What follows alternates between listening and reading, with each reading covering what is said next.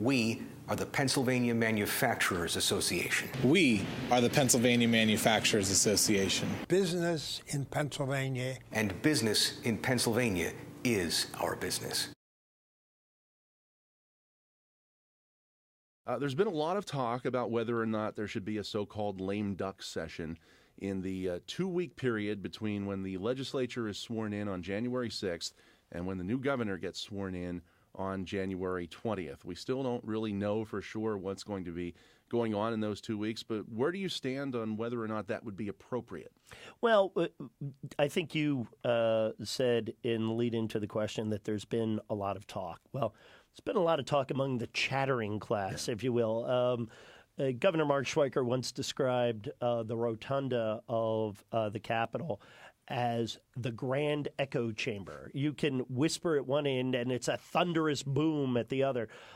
I don't know how many members of the legislature, either House or Senate, are truly considering this issue. The way Governor Corbett and I look at it is we're on the job up until the very last moment of January 20th of 2015.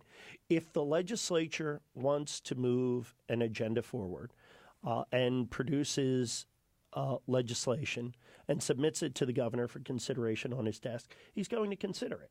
And, you know, he's ready, willing, and able to continue the work at hand. But I think really the ball is in the court of the legislature as to whether or not they want to move forward. I know this is a crystal ball question, but what do you think? Do you think they will?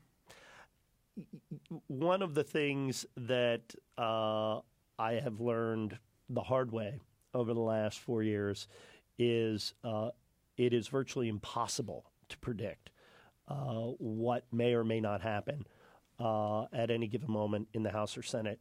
As I said, I have heard a lot of discussion, primarily, though, from folks who don't have votes.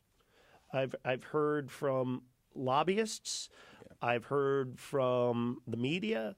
I've heard from staff that this is something that either should or should not be done.